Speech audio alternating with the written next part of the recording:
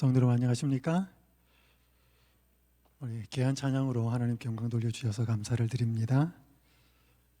연초에 귀한 집회의 시간에 초청해 주셔서 감사를 드립니다. 이번 한 주간짜는 영혼의 닷 예수 그리스도라고 하는 제목으로 히브리서에 있는 말씀을 가지고 여러분들과 함께 하나님의 말씀을 살펴보도록 하겠습니다. 큰 배를 움직이고 있는 한 선장이 경험한 글을 읽은 적이 있습니다. 미국 콜롬비아 강의 롱뷰에서 곡물을 실을 때였다. 곡물을 넣어주는 장비의 위치가 고정돼 있어 우리 배를 이동시켜야만 했다. 하루에도 몇 번씩 배를 잡는 밧줄을 풀어주고 감아주며 배를 옮겼다. 콜롬비아 강에서 내려오는 강물의 유속이 빨랐다. 부두와 1, 2m 간격을 둔 채 배를 앞뒤로 이동해야 하는데 어느 순간 5m, 10m로 간격이 벌어졌다. 선수와 선미의 유압장치로 밧줄을 감았지만 소용이 없었다. 배는 점차 부두와 멀어졌다. 총책임자였던 나는 당황했다. 밧줄은 끊어지기 시작했고 선수에 있는 밧줄 하나만이 육지와 연결되어 있었다. 배는 강의 한 복판으로 나가 좌초될 위기에 처했다. 이때 경험 많은 갑판장이 화급하게 초사님, 닻을 놓읍시다. 닻을 놓자고요 하고 말했다. 나는 정신을 차려 렛고 앵커를 명했다. 브레이크 밴드를 풀자 와르르 하며 닻이 내려갔다. 기적같이 우리 배는 그 자리에 바로 섰다. 부두에서 이 광경을 보던 하역 인부들이 환호성을 질렀다. 배를 이동하면서 곡물을 선적하는 작업을 하던 도중에 배가 조금씩 움직이면서 선적을 해야 되니까 배를 고정을 시키지를 못하였습니다. 그런 도중에 배가 미끄러져 나가면서 좌초될 위기에 처해져 있었을 때 이 선장이 닻을 내려야 된다는 사실을 잊어버리고 있었습니다. 하지만 경험 많은 한 갑판장이 알려주었고 순간적으로 정신을 차린 이 선장이 앵커 닻을 내렸을 때 큰 배에 배가 침몰하는 사고를 면하게 되었던 선장의 고백이었습니다. 여러분 잘 아시는 것처럼 닻은 배를 한 곳에 멈추어 있도록 하기 위해서 줄에 큰 쇠사슬을 메어서 물 밑바닥, 바닥이나 강 아래에 가라앉히는 갈고리가 달린 기구를 말합니다. 갈고리가 흙 바닥에 박혀서 배가 움직이지 못하게 고정을 시키는 것이지요. 성경 히브리서 6장 19절에는 영혼의 닻이라고 하는 용어가 등장합니다. 이 히브리서 6장 문맥을 보면 아브라함에게 하나님께서 복을 약속하시고 그 약속을 반드시 이루시겠다고 본인이 맹세를 하셨습니다.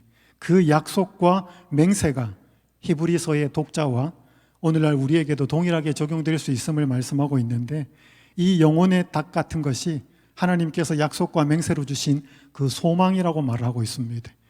우리가 이 소망을 가지고 있는 것은 영혼의 닷 같아서라고 말씀하고 있는데요. 원래 이 영혼의 닷의 1차적인 의미는 말 그대로 하나님께서 약속하시고 맹세로 보정하신 소망을 가리키는 뜻입니다. 하지만 이 소망의 2차적 의미는 영혼의 닷의 그 근원 되시는 원천이 예수 그리스도이기 때문에 저는 이번 한 기간 동안 영혼의 닻을 예수 그리스도로 좀 소망의 원천이 되시는 그리스도로 소개하면서 한 주간 말씀을 좀 살펴보도록 하겠습니다. 말 그대로 예수 그리스도는 우리 영혼의 닻이 되십니다. 우리의 삶이, 우리의 신앙이 흔들리지 않도록 든든하게 지지해 주시는 닻이 되십니다. 왜냐하면 이 히브리서를 받았던 1차적인 독자가 당시에 대단히 믿음이 흔들리는 상황들이었기 때문에 그렇습니다. 학자들에 의하면 전통적으로 히브리서를 받는 그 1차적인 독자는 1세기 유대인 그리스도인들이라고 표현하고 있습니다.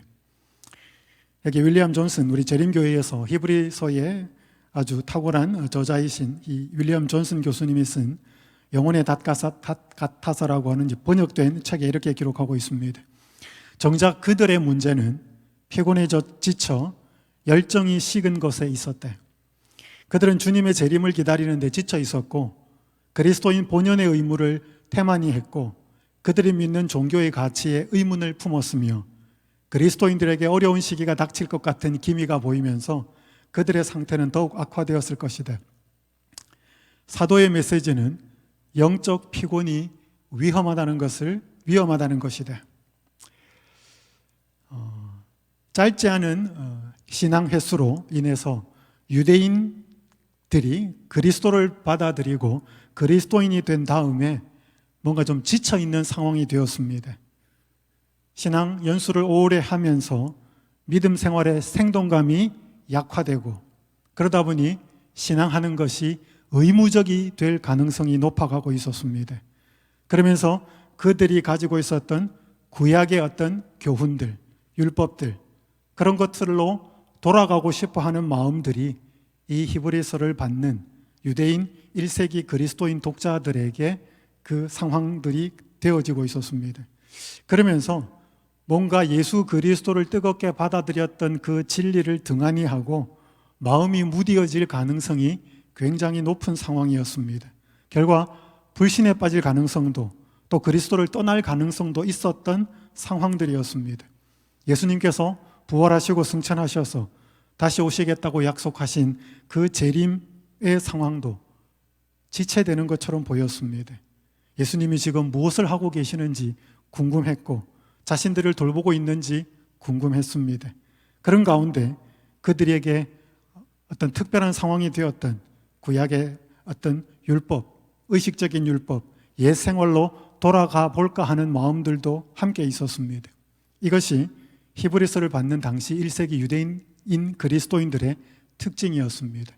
이들에게 다시금 그리스도가 확실한 진리이고 영원한 닻이라고 하는 것, 영혼의 닻이라고 하는 것을 이 저자, 특별히 화이트보이는 이 히브리서의 저자를 사도 바울로 묘사를 표현을 하고 있습니다. 이 1세기 유대인 그리스도인들이 현재 재림 신자들과 똑같지는 않겠지만 오늘날 재림 신자의 모습을 살펴보면, 비교해보면 이 히브리서는 우리에게도 굉장히 의미가 있는 말씀이 됩니다. 재림 신앙을 하신 지 여러분들은 얼마나 되셨습니까? 많은 분들이 신앙생활을 오래 하고 있으면서 좀 피곤해진 그런 느낌들을 받습니다. 신앙을 인정하지 않는 대한민국 사회에서 재림신앙하는 것은 쉽지 않습니다. 예수님이 곧 오실 것 같았고 어떤 분들은 시골 생활로도 들어가고 많은 것들을 포기하면서 자녀들을 잘 이렇게 교육도 시키지도 못하고 그렇게 재림신앙 하나를 보고 살았는데 예수님의 재림이 지연되는 것처럼 보입니다. 갈수록 선교는 어려워 보입니다. 좀 피곤해지고 우리 재림신앙이 분명히 맞는 것은 같은데 우리들의 마음속에 확신이 점점 사라지고 희미해지고 약해지고 피곤해져 있는 재림신자들이 주변에 많은 것을 보게 됩니다. 저는 대학에서 공학을 공부했습니다. 기계설계공학을 전공했는데요. 여러분, 공학에 있어서 어떤 하나의 파괴적인 작용이 일어날 때는 그냥 단번에 일어나는 것처럼 보이지만 미묘한 차이가 있습니다. 여기 지금 쇠파이프가 끊어져서 하나의 단면을 확대시켜 놓은 것인데 이 끊어진 자리입니다. 이 끊어진 자리에 밑부분은 검정색이고 윗부분은 그냥 회색, 쇠의 색깔입니다. 이 밑부분은 점점 끊어져 간 것입니다. 그래서 이것은 산화가 되어서 이렇게 검정색으로 보입니다. 이런 파괴를 공학에서는 피로 파괴라고 이야기를 합니다. 이건 쇠 파이프에 금이 간 상태에서 하중이 계속 누르면서 이 부분이 점점 끊어져 간 것입니다. 그래서 이 부분에 시간이 오래 걸렸고 산화가 되어서 녹이 슬어서 검정색으로 보입니다. 나머지 부분은 연결되어 있다가 붙어 있다가 이 회색 부분은 순간적으로 끊어진 것입니다. 이것을 공학에서는 순간 파괴라고 그럽니다. 그러니까 이 검정색 부분은 금방 끊어진 게 아니고 오랜 시간에 걸려서 이 끊어진 작용이 이루어져 왔다는 것입니다.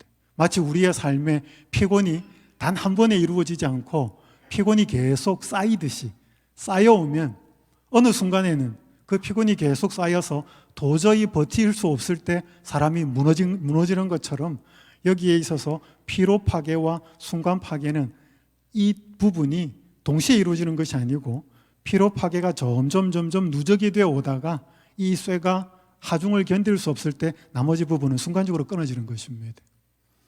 우리의 신앙에도 비슷한 상황이 작용될 수 있습니다. 계속 피곤이 쌓이다 보면 내가 재림신앙하는 이 신앙의 확신이 조금씩 사라지다 보면 이후에는 내가 신앙을 떠날 수도 있고 재림신앙을 잠시 접을 수도 있고 뭔가 이후에는 순간적으로 큰 문제가 생길 수 있다는 것이죠. 히브리서는 어떤 신앙을 가졌던 유대인 그리스도인들이 그러한 상태에 들어간 것을 알고 저자는 다시 한번 예수 그리스도를 통해서 신앙의 확신을 주고 믿음으로 인내하고 그리스도 안에 굳건히 서 있기를 바라는 마음으로 쓰여진 서신이고 하나님의 말씀입니다. 이 말씀은 뭔가 좀 예수님을 믿는 재림신앙을 하는 좀 지쳐가고 피곤해 가고 뭔가 마음속에 소망과 확신이 희미해져가는 오늘날 재림신자들에게 꼭 필요한 말씀이라고 생각이 되어서 이번 한 주간 말씀을 좀 나누도록 하겠습니다. 오늘 저는 히브리서 1장 1절부터 2장 4절에 있는 본문을 가지고 등한히 할 수 없는 큰 구원이라고 하는 제목으로 하나님의 말씀을 대언하도록 하겠습니다. 여러분, 방송에서 쓰는 종종 표현 중에 미친 존재감이라고 하는 용어가 있습니다. 비중이나 출연 횟수에 상관없이 등장하는 것 자체만으로도 큰 주목을 받는 인물이나 캐릭터를 표현할 때 미친 존재감이라는 말을 씁니다. 세상에 이런 사람이 있습니다. 어떤 한 사람의 등장 자체가 분위기를 쫙 이렇게 모으는, 연예인 중에도 그런 사람들이 있겠죠. 어떤 그렇게 크고 중요한 사람이 등장하면 우리는 그 사람들을 함부로 대할 수가 없습니다. 무시할 수가 없죠. 그런데 우리는 연예인이나 세상 사람들은 그렇게 보지 않을지 몰라도 오늘 우리가 믿는 예수 그리스도는 그렇게 너무나 중요한 분이고 그분께서 주시는 구원이 그렇게 값지고 소중하다는 것을 이 시간 한번 다시 살펴볼 필요가 있겠습니다. 먼저 히브리서 1장을 통해서 예수 그리스도의 신성과 그분의 사역을 좀 살펴보도록 하겠습니다. 히브리서는 이렇게 시작합니다. 히브리서 1장 1절에서 3절은 이렇게 말씀합니다. 옛적의 선지자들을 통하여 여러 부분과 여러 모양으로 우리 조상들에게 말씀하신 하나님이 이 모든 날 마지막에는 아들을 통하여 우리에게 말씀하셨으니 이 아들을 만유의 상속자로 세우시고 또 그로 말미암아 모든 세계를 지으셨느니라. 이는 하나님의 영광의 본체시요 광채시요 그 본체의 형상이시라. 그의 능력의 말씀으로 만물을 붙드시며 죄를 정결케 하는 일을 하시고 높은 곳에 계신 지극히 크신 이의 우편에 앉으셨느니라. 사도는 바울은 이 히브리서를 시작하면서 독자들에게 하나님이 살아계신 것을 증명하지는 않습니다. 하지만 하나님께서 과거부터 여러 부분과 여러 모양으로 말씀해 오셨다는 것을 설명하고 있습니다. 여기에서 통하여라고 하는 이 n이라고 하는 헬라어는 통하여라고 하는 뜻도 있고 여러 뜻으로도 표현할 수 있는데 어떤 주석가들은 특별히 NASB 성경에서는 이 단어를 n이라고 하는 단어를 무엇 안에라고 하는 전치사로도 사용한다고 합니다. 그래서 이 선지자들을 통하여 여러 부분과 여러 모양으로 말씀하신 하나님이 선지자들을 통하여 말씀하시기도 하셨겠지만 선지자들 속에 계셔서 그분이 선지자의 입을 빌어서 하나님께서 직접 말씀하셨다는 것이죠. 마지막 날에는 아들을 통하여 말씀하셨는데 역시 이 통하여라고 하는 단어가 안에서라고 하는 의미로도 해석이 된다는 것이죠. 그래서 선지자들 안에서 말씀하신 하나님이 모든 날 마지막에는 그의 아들 예수 그리스도 안에서 말씀해 오셨다는 것이죠. 여러분, 하나님은 여러 부분과 여러 모양으로 말씀하셨습니다. 말씀해 오셨고 지금도 말씀하고 계시죠. 에덴 동산에서 아담과 하와에게는 얼굴을 대면하시고 말씀하셨습니다. 이상과 꿈을 통해서 말씀하셨고요. 시내산에서는 직접 강림하셔서 말씀하셨습니다. 세미한 음성으로 말씀하셨고 때로는 제사장이 가진 우림과 둠밈을 통해서 말씀하셨고 모든 날 마지막에는 예수 그리스도를 통하여 말씀하셨습니다. 여러분, 예수님께서 하나님께서 말씀하고 계시는 소리를 좀 잘 듣고 계십니까? 듣고 사십니까? 하나님께서는 어떻게 우리에게 말씀하실까요? 여기 C.S. 루이스가 이런 말을 했습니다. 하나님은 우리가 즐거워할 때는 속삭이시고 우리의 양심에는 말씀을 하시고, 그러나 우리가 고통당할 때는 크게 외치신대. 고통은 귀머거리 세상을 깨우치기 위한 그분의 확성기이다. 여러분, 하나님이 때때로 우리에게 말씀하시는 이 음량을, 볼륨을 조절을 하실까요? 어떨 때는 조그맣게 말씀하시고 어떨 때는 크게 말씀하실까요? 그럴 수도 있겠지만 저는 그렇다고 생각하지는 않습니다. 하나님은 언제나 똑같이 말씀하는데, 여기 C.S. 루이스의 말처럼 우리가 즐거워할 때는 그 소리가 잘 안 들립니다. 왜냐하면 우리가 관심 갖는 게 많거든요. 즐거움의 대상이 있어서 거기에 마음을 빼앗기고 있을 때에는 하나님의 말씀하시는 소리가 잘 안 들린다는 거죠. 그런데 우리가 보통 때에는 말씀하신다라고 이야기하지만, 루이스는 우리가 고통을 당할 때는 크게 외친다라고 말씀합니다. 이것은 우리가 고통을 당할 때 크게 외치는 것이 아니고, 우리가 고통을 당할 때 그만큼 상한 심령이 되고 마음이 말씀을 받을 만한 뭔가 지푸라기라도 잡으려고 하는 심정이 될 때 하나님께서 말씀하시는 소리가 잘 들린다는 것이죠. 그래서 하나님께서 볼륨을 크게 하고 적게 하기보다도 우리가 마음의 상태가 어떠하느냐에 따라서 그 소리는 잘 들리기도 하고 안 들리기도 한다는 것입니다. 왜냐하면 우리가 즐거워할 때, 세상의 마음을 많이 빼앗기고 있을 때에는 하나님의 소리가 잘 안 들린다는 것이죠. 어쨌든 간에 하나님께서는 여러 부분과 여러 모양으로 말씀을 하셨습니다. 히브리서의 처음 부분에서는 예수님의 모습을 하나님 영광의 광채로, 그 본체의 형상으로 묘사를 하고 있습니다. 그분을 통하여서 말씀하셨다라고 이야기하고 있습니다. 여기 하나님의 영광의 광채라는 말은 말 그대로 대단히 영광스러운 빛이라는 말씀이고요, 하나님 본체의 형상이라고 하는 것은 말 그대로 하나님이시라는 뜻이지요. 여기 형상이라고 하는 단어는 원래 조각하는 조각가들이 어떤 도구를 가지고 어떤 조각이나 혹은 돌이나 아니면 무슨 석고나 나무에 어떤 모양을 새기는 것, 새기는 그 내용물 혹은 새기는 도구를 형상으로 표현하고 있습니다. 이런 우리가 잘 아는 것처럼 동전에 어떤 형상이 탁 새겨져 있는 것처럼 주조를 해서 팍 찍어내든지, 그렇게 형상이 드러나서 보여지는 것을 형상이라고 표현하는데, 예수님께서는 하나님의 그러한 본체가 드러나는 형상이라고 말씀을 하고 있습니다. 하나님 영광의 빛, 하나님을 아는 빛, 하나님 본체의 형상을 모습으로 예수님을 소개하고 있습니다. 여기 원고에는 이런 말씀이 있습니다. 사탄은 우리 시야에서 그리스도를 가리고 그분의 빛을 흐트리게 하려고 애를 쓴대. 이는 우리가 그분의 영광의 빛을 잠깐만 보아도 그분에게 이끌릴 것이기 때문이래. 죄는 비할 데 없는 그리스도의 매력을 우리가 보지 못하게 한다. 제가 한번 학원에서 목회를 할 때 우리 외국인 선교사들을 데리고 이렇게 식당에 식사를 하러 간 적이 있습니다.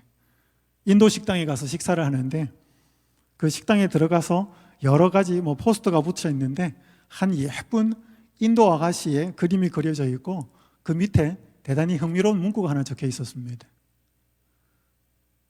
인도의 아가씨들과 눈을 마주치지 마십시오. 만약에 당신이 인도의 아가씨들과 여성들과 눈을 마주치면 당신의 인생이 어떻게 바뀌어질는지 모릅니다. 그렇게 적혀 있었습니다. 그만큼 그 인도 여성들이 예쁘다고 하는 것을 그렇게 표현해 놓은 의미라고 생각이 되었습니다. 얼마나 예뻤는지는 잘 모르겠습니다. 세상에 어떤 멋지고 아름다운 사람들이 분명히 존재하지만 오늘 이 증언의 말씀은 예수 그리스도의 영광의 빛을 잠깐만 보아도 우리는 그분에게 이끌릴 것이라고 말씀하고 있습니다. 그래서 사탄은 우리의 시야에서 그리스도를 가리워버리고 그분의 영광의 빛을 자꾸 흐트리게 한다는 것입니다. 그런데 우리가 그분의 영광스러운 빛을 못 보게 만드는 것이 죄라고 이야기를 하고 있습니다. 우리가 죄가 있으면 비할 데 없는 그리스도의 매력, 그분의 빛을 잘 보지 못한다라고 말씀을 하고 있습니다. 이렇게 실물교훈 361쪽에 이런 말씀이 있습니다. 저는 이 말씀을 읽으면서 조금 좀 충격을 받았습니다. 그리스도께서 당신 자신에 대하여 인자가 온 것은 섬김을 받으려 함이 아니라 도리어 섬기려 함이라고 말씀하셨다. 이것이 그분이 이 지상에 계실 때에 하시던 일인 동시에 하늘에서의 그분의 일이다. 여러분, 한 가지 좀 질문을 드리겠습니다. 예수님이 이 땅에 오셔서 인간이 되셔서 섬기러 오신 건 맞죠? 동의하시죠? 예수님이 땅에서 섬기셨습니다. 그럼 예수님이 이 땅에 오시기 전에 하늘에서 만왕의 왕으로 계실 때는 어떠셨을 것 같습니까? 섬기셨을까요? 섬김을 받으셨을까요? 어떠실 것 같습니까? 저는요, 인간의 옷을 입고 이 땅에 오시기 전에 예수님은 하늘의 만왕의 왕으로 계실 때에는 섬김을 받으셨을 거라고 생각했습니다. 그리고 이 땅에 오셔서는 인간의 육신의 옷을 입고 섬기셨을 거라고 생각했습니다. 그런데 이 말씀은 그게 아니었습니다. 여러분, 예수님은 하늘에서도 뭐 하셨다고요? 섬기셨다고요. 이게 그분의 매력입니다. 만왕의 왕이시면서. 이게 하나님 본체의 형상이라는 것이죠. 여러분, 만약에 이 모습을 하늘에서 루시퍼가 제대로 이해하고 깨달았더라면 반역을 일으켰을까요? 그분이 그렇게 찬란하게 영광스러운 분이시지만 하늘에서도 하나님으로서 다른 피조물들을 섬기시는 하나님이라는 것을 알았더라면 그가 반역을 했을까? 저는 좀 궁금한 생각이 들었습니다. 그리고 말씀은 저에게 굉장히 좀 가슴 깊게 새롭게 와닿았습니다. 여러분들께 제가 좋아하는 필립 얀시 작가가 쓴 말인 표현인데 한번 읽어보시겠습니다. 함께 시작.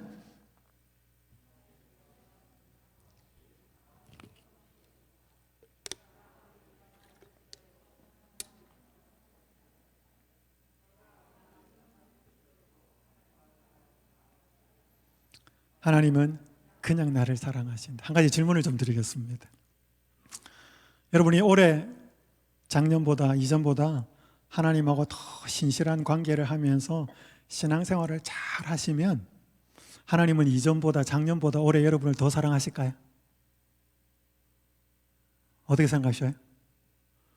올해 만약에 작년만큼 여러분이 신앙생활을 잘 못하고 믿음생활 잘 못하면 그 전에 베풀던 그 하나님의 사랑이 작아질까요? 어떻게 생각하셔요? 그렇지 않다는 것입니다. 여러분, 우리가 하나님께서 우리에게 지금보다 더 큰 사랑을 베풀게 할 수는 만들 수는 없습니다. 혹 우리가 믿음이 무너지고 나약해지고 쓰러진다고 해서 하나님은 우리에게 그 사랑을 거두어 가지 않습니다. 이미 그분은 최대의 사랑을 보여주신 거죠. 아들을 통하여서.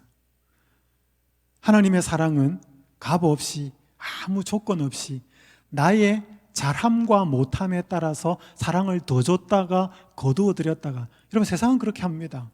회사에서는 일 잘하면 보너스 더 주고, 혹 부모는 자식이 뭔가 예쁜 짓을 하면 더 귀중한 선물을 주고 할는지 모르겠지만 우리 하나님께서는 그렇지 않습니다. 오늘 우리의 어떠함에 따라서 그분의 사랑이, 물론 우리가 하나님과 교제를 친밀히 하면서 더 가까이 산다면 그렇게 베푸시는 사랑을 제대로 깨달을 수 있겠죠. 우리가 깨닫지 못한다고 해서 그분께서 사랑을 거두어 들이시거나 철회하지는 않는다는 거죠. 이것이 그분이 가진 영광의 빛의 모습이고 매력적인 모습이고 그분이 가지신 본 하나님의 모습이라는 것입니다. 하나님도 역시 그렇다는 것이죠. 히브리서는 먼저 하나님께서 그렇게 모든 부분을 통해서 말씀하시고 그러한 예수 그리스도를 통하여 말씀하셨다는 것을 시작을 하면서 오늘 이 히브리서 시작은 그 예수님의 사역을 5가지로 묘사를 하고 있습니다.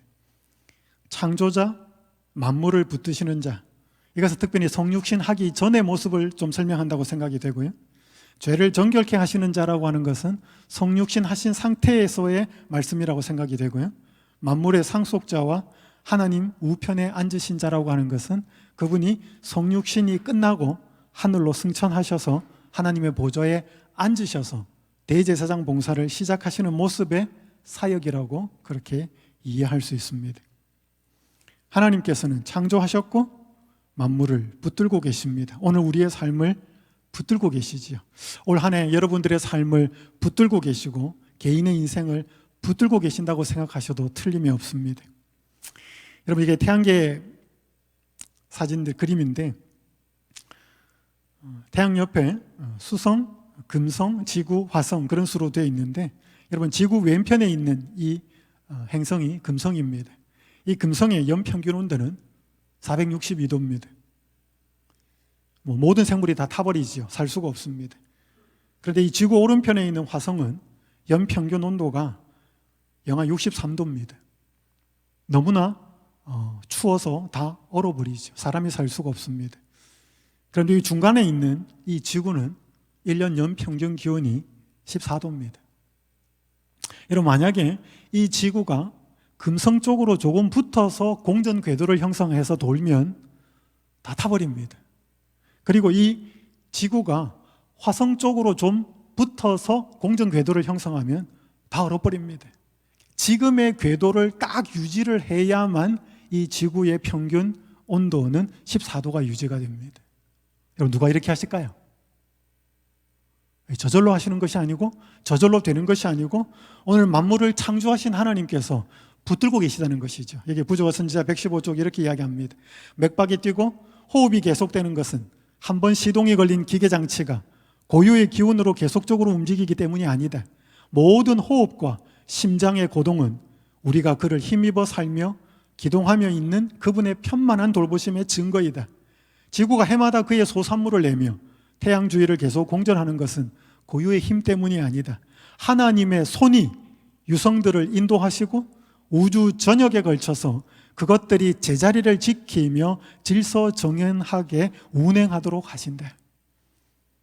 크게 이 우주의 행성들을 붙들고 계시는 그 하나님의 손이 올 한 해 여러분의 인생과 여러분의 자녀의 삶과 여러분의 가족들, 여러분의 교우님들을 붙들고 계시다는 사실을 꼭 기억하시기를 간절히 바랍니다. 이렇게 예수 그리스도의 그 모습과 예수 그리스도의 사역을 설명하면서 과거부터 하나님께서는 계속 말씀하여 오셨다라고 히브리서 저자는 바울은 히브리서를 시작합니다. 그러면서 히브리서 첫 장에는 유대인 그리스도인들이 대단히 중요하게 생각하고 있는 천사와 예수 그리스도를 비교하고 있습니다. 본문은 제가 다 읽지 않도록 하겠습니다. 그가 천사보다 훨씬 뛰어남은 그들보다 더욱 아름다운 이름을 기업으로 얻으셨다라고 말씀하는데요. 구약 성경의 7 성경 구절을 비교하면서 천사와 비교하고 있습니다. 오직 예수님에게만 적용되는 거룩한 이름인 아들이라고 하는 이름이 주어졌다라고 표현하고 있고요. 그 다음에는 천사들이 예수님을 경배하는 것으로 표현하고 있고요. 그 다음에 세 번째는 아들의 본성과 천사의 본성을 대조시키고 마지막으로는 아들이 하는 봉사와 천사가 하는 봉사를 대조를 시킵니다. 제가 이 부분은 다 읽지는 않도록 하겠습니다. 어쨌든 간에 이 히브리서 1장의 앞부분에 있어서는 유대인들이 중요하게 생각하고 있는 천사보다 훨씬 더 탁월한 존재가 예수 그리스도를 와 비교를 하고 있는데, 천사는 피조물이고 그 천사는 예수님을 경배하고 있고 본성에 있어서도 비교가 되지 않고 사역에 있어서도 비교가 되지 않는 존재임을 설명하고 있습니다. 요지는 히브리서 1장에서 말씀하시는 요지는 예수 그리스도는 하나님의 아들로서 하나님이라고 하는 사실을 설명하고 있고 천사와는 비교할 수 없는 탁월한 분이시다는 것을 설명하고 있습니다. 여러분, 우리를 따라다니면서 우리를 붙들고 있는, 우리를 보호해주고 있는 천사가 있다고 하나님은 말씀하고 있습니다. 여기 교역에 있는 말씀을 먼저 좀 읽어보겠습니다. 영원한 빛에 의해 하나님의 섭리가 명백해지기 전에는 우리가 하나님의 천사로 말미암아 얼마나 보호되고 중재를 받았는지를 깨달을 수가 없다. 구속받은 자들만이 천사들이 자신의 일생에 행한 봉사를 이해할 것이다. 날 때부터 자기를 지켜준 천사, 발걸음을 주목하고 위험한 날에 자기의 머리를 보호해준 천사, 사망의 골짜기에서 자기와 함께하고 무덤을 지키다가 부활의 아침에 처음으로 자기를 맞아준 천사, 이런 천사들과 함께 이야기하며 자기의 일생에 베푸신 하나님의 섭리와 인류를 위한 하늘의 모든 활동과 협력에 대한 이야기를 듣는 일은 얼마나 즐거울까. 나중에 사람이 구원을 받을 이후에는 이 땅에서의 사역에서, 삶에서 하나님의 명령으로 우리를 지키고 보호해 주었던 천사를 통해서 하나님이 우리를 베푸시고 보호하시고 인도하셨던 그 이야기를 듣겠다는 것입니다. 그게 얼마나 즐겁고 기쁜 일일까라고 설명하고 있는데, 저는 제가 함께 사역하던 한 목사님 동료로부터 직접 들은 이야기입니다. 자기 딸이 필리핀 천명 선교사를 갔습니다. 1년의 봉사를 잘 마치고 본부로 돌아와서 이제 한국에 들어올 준비를 하고 있었습니다. 함께 파트너였던 선교사와 함께 시내에 뭘 사러 갔습니다.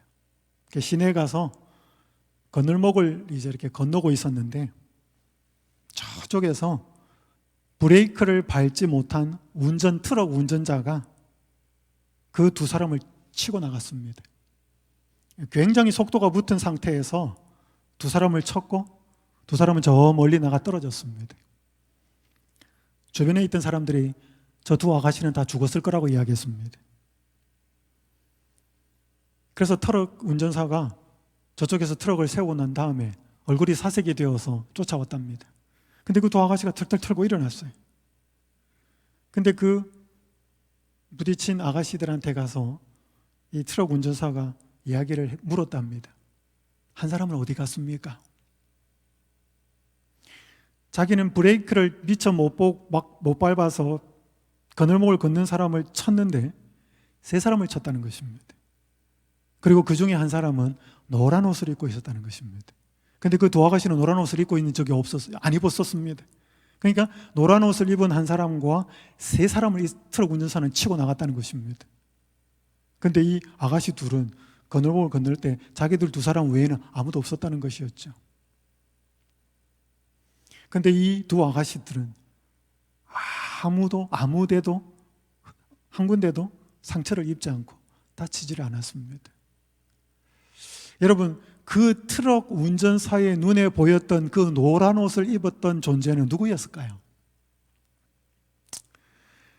이 아가씨는 그 사고가 났음에도 불구하고 아무 어려움 없이 한국으로 잘 들어왔고 지금은 결혼해서 아들 2명을 낳고 잘 살고 있습니다.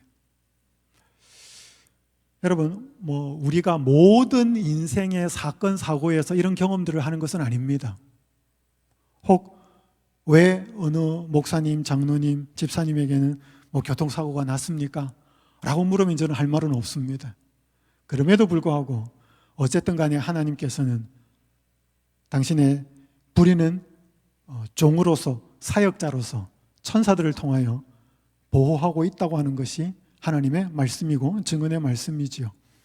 그렇게 천사들을 사역하도록 부리는 존재는 예수 그리스도라고 말씀하고 있습니다. 오늘 저는 이제 세 번째로 등한히 할 수 없는 그리스도의 큰 구원에 대해서 말씀을 좀 살펴보겠습니다. 그렇게 히브리서 1장에서 예수 그리스도의 신성과 모습과 사역을 설명하고 천사와 예수 그리스도를 비교한 다음에는 히브리서 2장 1절에서 4절은 이렇게 결론을 내립니다. 그러므로 우리는 들은 것에 더욱 유념함으로 우리가 흘러 떠내려가지 않도록 함이 마땅하니라. 천사들을 통하여 하신 말씀이 견고하게 되어 모든 범죄함과 순종하지 아니함이 공정한 보응을 받았거든 우리가 이같이 큰 구원을 등한히 여기면 어찌 그 보응을 피하리요. 이 구원은 처음에 주로 말씀하신 바요 들은 자들이 우리에게 확증한 바니 하나님도 표적들과 기사들과 여러 가지 능력과 미 자기의 뜻을 따라 성령이 나누어 주신 것으로서 그들과 함께 증언하셨느니라. 이 히브리서 저자 바울은 그 탁월하신 그리스도를 통하여 주신 구원의 말씀을 잠깐 언급한 다음에 우리가 그러한 들은 것들에 대해서 더욱 유심히 받아야 되고 흘러 떠내려가지 않도록 하는 것이 마땅하다라고 하면서 첫 번째 부분에 대한 결론을 내리고 있습니다. 여기에는 두 가지 말씀을 비교를 하는데요. 천사를 통하여 하신 말씀이 견고하게 되어서 모든 범죄함과 순종하지 아니함이 공정한 보응을 받았다라고 말하는데, 특별히 이 부분은 천사들을 통하여 하신 말씀은 신의 산에서 율법을 주신 일을 가리킨다고 학자들은 말합니다. 왜냐하면 갈라디아서 3장 19절에 보면 그때 하나님께서 계명의 말씀을 주실 때에 천사들이 중보로 활동하였다라고, 천사들이 활동했다라고 갈라디아서 3장 19절에 말씀하고 있기 때문에, 그래서 그 천사를 통하여 주신 그 구약의 계명들과 말씀을 순종하지 않은 사람들이 보응을 받았다면 예수 그리스도를 통해서 주신 말씀, 처음에는 주로 하신 말씀이시고 들은 자들이 또 우리에게 확정을 한 바고, 하나님께서 여러 표적과 기사와 능력과 성령을 통하여서 함께 증언하신 이 말씀을 거절한다면 얼마나 더 큰 어려움과 문제가 있겠는가라고 이 저자는, 바울은 비교하면서 등한히 해서는 안 된다라고 말씀합니다. 그러면서 들은 것에 더욱 유념하라고 이야기하고 흘러 떠내려가지 않도록 하라고 이야기하고 있고, 들은 것에 유념할 것을 말씀합니다. 여기서 등한히 여긴다라고 하는 것은 원인이 될 것이고 그 결과로서는 흘러 떠내려가게 될 것이고, 이 등한히 여기지 않게 되는 해결책은 들은 것을 유념하는 것이 해결 방법입니다. 여러분, 미국 시카고에는 대단히 멋진 건물들이 많이 있습니다. 이 미국 시카고에 있는 이 강변을 따라서 주변에 많은 건축물들이 서 있는데, 건축공학을 전공하는 사람들은 다 한 번쯤 시카고에 있는 이 건물들을 보고 방문하고 이 어떤 건물들을 연구하는 것이 건축공학들의 아주 중요한 일이라고 합니다. 저도 그런 이야기를 들은 적이 있습니다. 이 시카고에 굉장히 아름다운 건축물들이 많은 이유는 1871년에 시카고에 대화재가 일어납니다. 그래서 도시의 3분의 1이 건물들이 다 타버립니다. 그러면서 도시가 거의 다 재건축이 됩니다. 그때 새로운 건물들이 많이 들어서면서 오히려 전화위복이 되어서 시카고에는 그렇게 멋진 건물들이 많다고 그럽니다. 제가 유학 중에 한번 이 시카고에 있는 한 교회에 집회를 간 적이 있습니다. 집회가 마친 다음에 그 담임 목사님이 이 시카고에 있는 유명한 건물들을 이렇게 배를 타고 투어하는 그 코스가 있습니다. 그래서 이 배를 타고 가면 가이드가 이 건물은 언제 누가 설계를 했고 그러면서 그 건물들을 설명을 해줘요. 그러면서 이 강을 쭉 따라가면서 강 좌우에 있는 건물들을 보는 그런 관광 코스가 있습니다. 그 담임 목사님이 저한테 이제 집회가 끝난 다음에 이걸 시켜줬습니다. 그러면서 이제 설명을 들으면서 뭐 아는 것도 있고 잘 안 들리는 것도 있고 그렇게 가면서 바람이 살랑살랑 불고 배가 빨리 가지도 않아요. 왜? 건물들을 보고 건물들을 설명을 해야 되니까. 그래서 거의 강물이 흘러가는 속도만큼 배가 갑니다. 바람도 살랑살랑 불고 그러면 또 안 들리는 영어도 막 나오고 딱 뭐 하기 좋은 날씨에 잠이 오기 좋을 딱 상황입니다. 속도가 천천히 가고 바람도 불고 광경도 멋지고, 여러분 이게 지금 흘러가는 것입니다. 여러분 흘러가는 것은 노력이 들지 않습니다. 특별히 배를 타고 이 강이나 바다나 물이 흐르는 속도만큼 배의 속도가 붙으면 전혀 자극을 받지 않습니다. 굉장히 편한 상태에서 떠내려가는 것이죠. 시간이 지나면 한참 자기가 멀리 멀어져 있는 것을 그때 보게 됩니다. 여러분 이게 흘러 떠내려가는 위험성에 대해서 말하고 있는 것이죠. 히브리서 2장 3절은 여기에 흘러 떠내려가다라고 하는 이 파랄레오라고 하는 단어는 말 그대로 손에서 반지가 이렇게 쑥 빠져나가는 것처럼, 뭐가 이렇게 빠져나가는 것처럼, 씻겨 내려가는 것처럼 아주 편안한 상태에서 이식하지 못하는 상태에서 그렇게 될 가능성이 있다는 것입니다. 우리의 신앙이 이렇다는 것이죠. 뭔가 중요하게 심각하게 생각하지 않으면 나도 모르게 흘러 떠내려가 버릴 수 있다는 것이지요.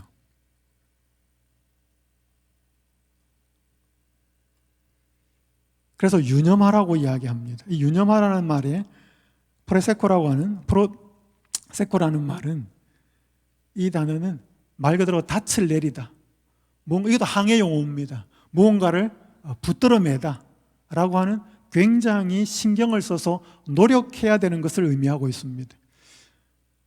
여러분 지금까지 신앙생활 하시면서 들은 것이 굉장히 많을 것입니다. 설교도 많이 들으셨고, 연초마다 있는 사경회, 연말마다 있는 연말 기도주일, 그리고 여러분이 참 말씀을 많이 읽으셨을 것입니다. 그런데 그것들이 빠져나가 버릴 수도 있어요. 그것을 유념하라고 말하고 있습니다. 그런데 여기 히브리서 2장 3절에서는 계속 말씀하시기를, 우리가 이같이 큰 구원을 등한히 여기면 어찌 그 보응을 피하리요 라고 이야기하고 있습니다. 이 등한히 여기다라고 하는 뜻은 소홀히 여기다, 무관심하다, 경시하다, 그런 뜻입니다. 왜냐하면 이 편지를 받는 1차적으로 1세기의 유대인 그리스도인들은 예수 그리스도의 복음을 뜨겁게 받았다가 뭔가 그들의 이 열심과 헌신이 좀 약해진 것이죠. 그래서 옛날에 우리가 그렇게 제사 드리던 그 구약의 옛 제도, 그쪽으로 다시 돌아가 볼까?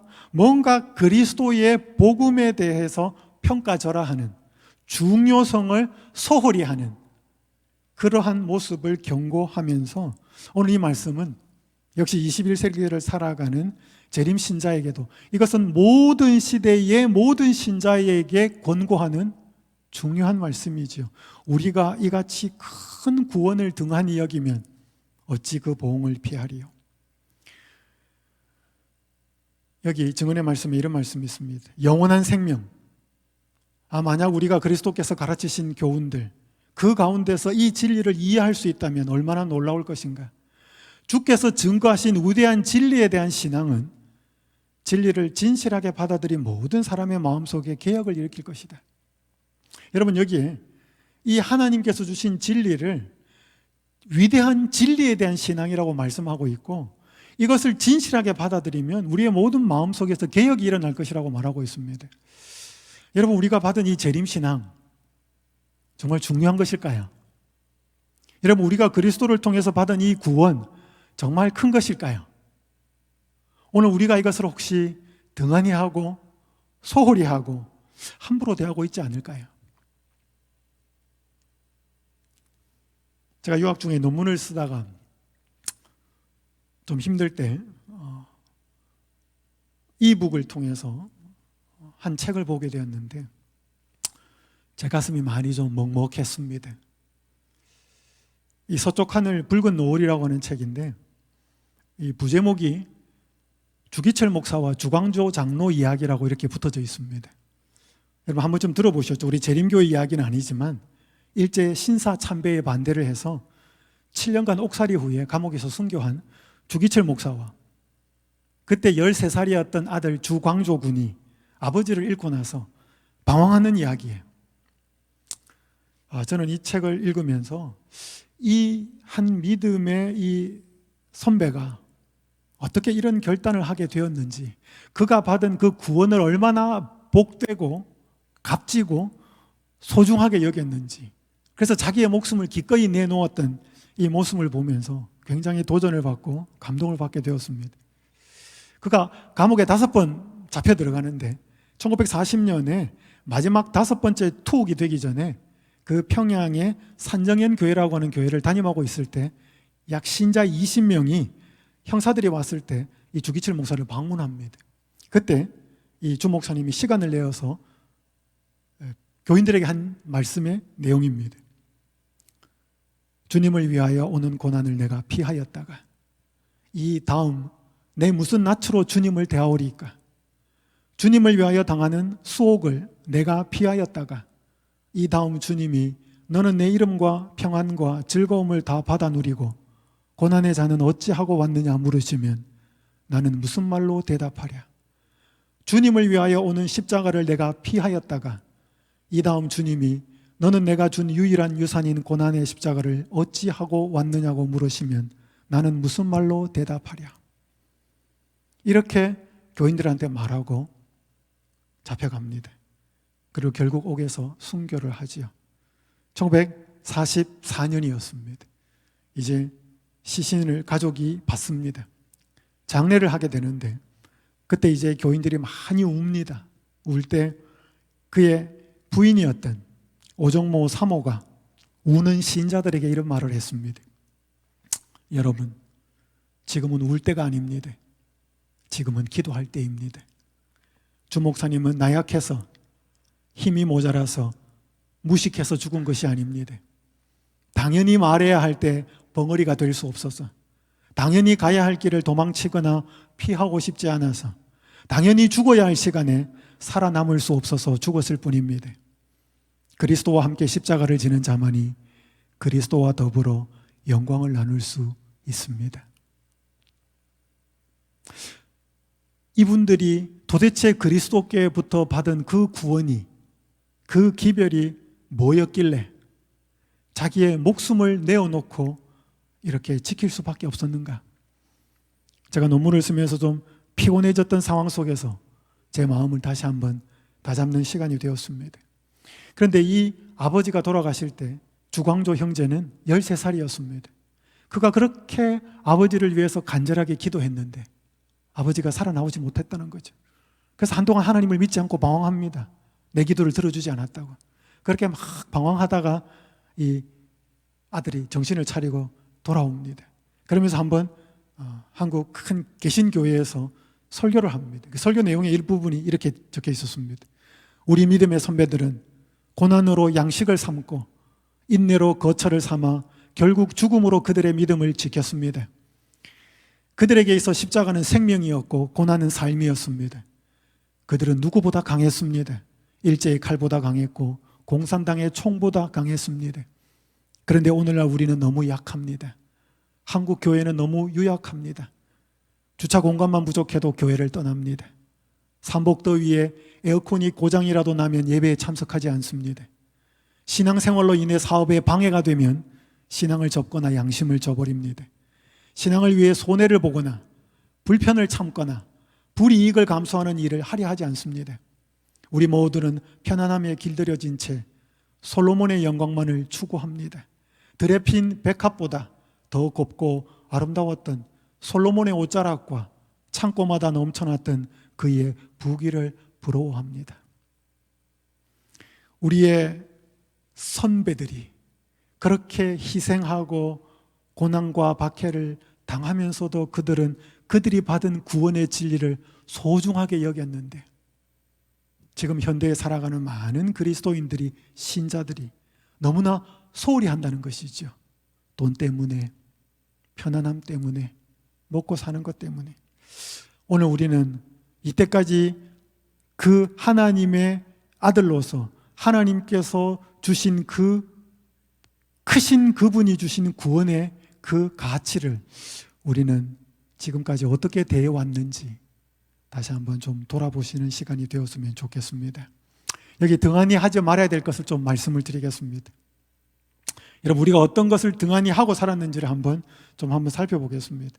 심판에 대해 사람들은 그들이 거짓말을 양심적으로 믿었기 때문이 아니라 진리를 믿지 아니하였기 때문에, 진리가 무엇인지 배울 기회를 등한히 하였기 때문에 정죄를 받을 것이다. 오리와 기만을 드러내주는 하나님의 말씀을 등한히 해버리는 행동에 의하여 사탄이 마음대로 사람들의 마음을 지배할 수 있는 길이 열리게 되었다. 우리가 하나님의 말씀을 등한히 하기 때문에 사탄이 마음대로 우리의 마음을 지배할 수 있는 길이 열리게 되었다라고 이야기하고 있습니다. 하나님의 율법을 등한히 하고 부인하는 데서 생기는 그릇된 성화에 대한 이론들이 오늘날의 종교운동에서 현저한 위치를 차지하고 있다. 많은 교회들이, 사람들이 은혜로 구원받지 하나님의 율법을 등한히 한다는 것입니다. 하늘의 경고와 견책을 등한히 한 것, 시간을 낭비한 것, 기회를 놓친 것, 선악간의 감화와 그 결과가 멀리까지 미친 일이 모두 기록하는 천사에 의해 기록되어진다. 교회적인 오건에 오늘 은밀한 기도와 성경 읽는 것을 등한히 하면 내일은 양심의 항의를 별반 받지 않고 그것들을 생략할 수 있대. 처음에 한번 기도하지 않고 말씀을 보지 않으면 좀 찔립니다. 그게 2번, 3번 계속 무시되면 그 다음부터는 별로 양심의 가책을 받지 않으면서도 그 상태가 계속된다는 것이죠. 등한히 하는 것이 굳어져 버린 것입니다. 흘러 떠내려가게 되는 것이지요. 우리는 가정 안에서 기도할 것이요 무엇보다 은밀한 기도를 등한히 하여서는 안 될 것이니 대개 그것이 심령의 생명인 까닭이다. 여러분, 그래서 이 증언의 말씀에 등한히 하는 것에 대해서 굉장히 많이 기록되어 있습니다. 그대가 장래성도 없고 매력도 없어 보이는 자들에게서 돌았을 때에 그리스도께서 찾고 계시는 영혼을 등한히 하고 있다는 것을 깨닫는가? 우리가 별로 중요하지 않는 생각에서 돌았을 때 하나님께서 찾고 계시는 영혼을 등한히 하고 있다는 것을 말씀하고 있습니다. 등한히 여김을 받은 가난한 사람들을 위해서 우리가 할 의무에 관하여 많은 말을 한다. 그럼 등한히 여김을 받은 부자들에게는 별 관심을 기울이지 않아도 되는가? 가난한 사람도 등한히 해서는 안 되고 그렇다고 부자들 등한히 해서는 또 안 된다는 것이죠. 그들도 한 영혼이라고 하는 것을 계속 말씀합니다. 우리가 하나님께 봉사하는 일에 있어서 피차에 힘을 주고 격려를 주는 교제의 특권을 등한히 하는 때에 우리는 손실을 입는다. 하나님의 자녀들끼리 소그룹으로 만나고 교제하고 하는 그 일도 등한히 해서는 안 된다는 것이죠. 등한히 해서는 안 될 평범하고 단순한 의무들이 그대들 앞에 펼쳐질 것이다. 우리 앞에 있는 작고 사소한 일, 그거 등한히 해서는 안 된다는 것이죠. 어떤 부모들은 그들에게 지워져 있는 책임을 깨닫지 못하고 자녀들의 신앙적 교육을 등한히 해왔대. 학원에 열심히 보내서 좋은 대학, 좋은 직장 가기에는 많이 신경을 써줬는데 내 아이가 하나님을 어떻게 믿고 있는지 그 신앙생활을 바르게 잡아주는 신앙적 교육을 하는 일에는 등한히 해왔대. 하나님께서는 11조와 헌금과 예물을 창고에 드리는 일을 이기적으로 등한히 하는 자들을 보신다. 헌금하는 일을 등한히 하고 있대. 어떤 이들에게는 하나님의 사업은 둘째 관심사가 되고 사업적 거래는 열심과 정력으로서 수행해 나간다. 가정 예배를 등한시하며 비밀 기도를 잊어버린대. 여러분, 제가 이 등한히 하다는 말을 검색을 해보니까요 얼마나 많은지 몰라요. 우리가 등한히 하고 있는 수많은 신앙의 고귀한 값진 것들을 너무나 등한히 하고 있고 마음이 다른 데 팔려 있다는 것입니다. 올 한 해 여러분들에게 한 2주가 지났지만 새로운 한 해가 또 주어졌습니다. 여러분들은 하나님께서 우리에게 주신 이 큰 구원을, 그 진리들을 등한히 하지 않게 되시기를 간절히 바랍니다. 오늘 저는 여러분 이제 시간이 좀 다 되어서 이제 한 이야기만 드리고 마치겠습니다. 제가 목회할 때 만난 한 여학생, 여청년이었습니다. 영어를 배우러 학원에 왔다가 이제 성경에도 관심을 가지게 되어서 저랑 성경 공부를 하게 되었습니다. 그리고 이제 침례를 받게 되었습니다. 보통 이렇게 목회자와 침례 성경 공부를 하다가 침례를 받고 나면 보통 성경 공부는 끊어집니다. 목회자는 또 다른 구도자를 찾아서 성경 공부를 해야 되니까. 근데 이 아가씨는 좀 달랐습니다. 침례를 대학교 4학년 때 받았는데 학교를 갈 때 성경책을 꼭 가지고 다녔습니다. 그리고 일주일 동안 계속 성경을 보면서 한 몇십 장을 읽으면서 모르는 거 밑줄 치고 접고 막 해가지고 금요일 저녁 오후에 교회를 올 때 그걸 가지고 와서 질문을 하는 거예요. 보통 제가 금요일 저녁 설교 준비를 하고 있으면 1시간 내지 2시간을 자기가 일주일 동안 궁금했던 질문들을 하는 것입니다. 그러면서 믿음이 정말 눈에 보이게 자랐던 아가씨였습니다. 그렇게 신앙생활을 잘하는 모습이 참 이뻤는데 그 학원에 있는 외국에서 온 선교사와 교제를 하고 있다는 이야기를 듣게 되었습니다.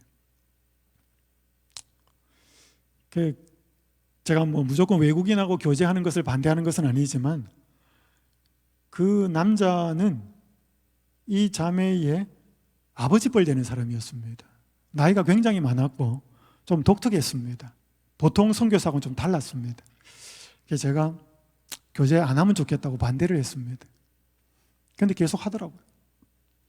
결국은 결혼을 하게 되었습니다. 근데 행복하지 않았습니다. 사는 모습이. 들려오는 이야기도 좋지 않았습니다. 그래서 나중에 제가 알게 되었는데 그 남자 선교사가 한국에 와서 이제 계약을 연장하고 하다가 이제 본국으로 돌아갈 때가 되었는데 본국으로 돌아가면서 아내를 두고 가버렸습니다. 이혼을 한 상태도 아니고 아내를 버리고 간 것입니다. 제가 그 이야기를 알았을 때 굉장히 화가 났습니다. 그러니까 이 자매는 더 저를 잘 안 보는 거죠. 그래서 저는 또 이제 다른 교회로 가고 이렇게 하면서 연락이 끊겼습니다. 근데 제가 기도를 하면 이 자매가 늘 생각이 났어요.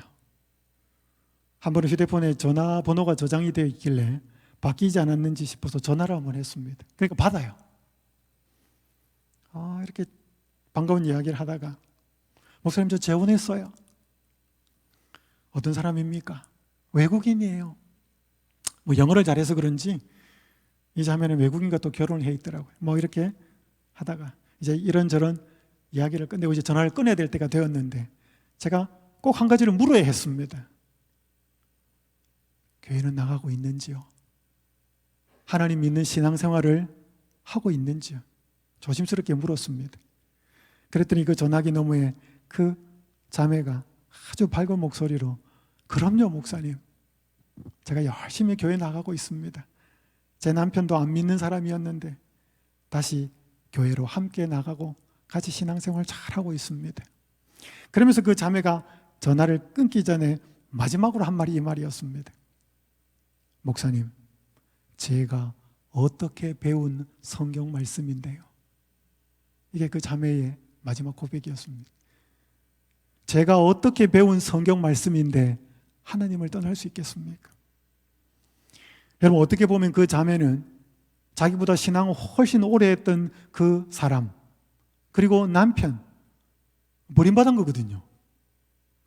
여러분, 그 버림받음이 하나님이 버린 것은 아니지만 그 서운함과 섭섭함 때문에 하나님 떠날 수도 있었던 거거든요. 그런데 그 자매는 내가 어떻게 배운 성경 말씀인데 떠날 수 있었겠습니까? 라고 하는 그 말이 제가 전화를 끊고 나서 마음속에 깊은 감동이 되었습니다. 그래, 성경 말씀 제대로 배우면, 성경 말씀이 머릿속에 마음속에 제대로 새겨지면 이 큰 구원을 등한히 할 수가 없다, 함부로 소홀히 할 수가 없다. 제가 마음속으로 얼마나 기뻤는지 모릅니다. 우리 사랑하는 우리 교우님들, 저는 오늘 이 시간 히브리서 1장을 통해서 예수님이 하나님이시고 하나님에 의해서 주신 그 크신 분에 의해서 주신 그 큰 구원을 우리가 등한히 해서는 안 된다라고 하는 메시지를 말씀을 드렸습니다. 다시 한번 이제 돌아가셔서 내가 어떤 구원의 진리를 받았는지, 혹시 그것들을 내가 소홀히 하거나 무시하거나 등한히 하지는 않았는지 한번 돌아보시면서 그 이때까지 들었고 읽었던, 그리고 생각했던 그 큰 분이 주신 그 큰 구원을 다시 한번 나에게도 크고 존귀하고 소중한 대상으로 여겨서 그 안에, 말씀 안에, 진리 안에 거하는 한 토대가 될 수 있도록 마음에 결심하는 시간이 되시기를 간절히 바라면서 저 시간 말씀을 마치도록 하겠습니다.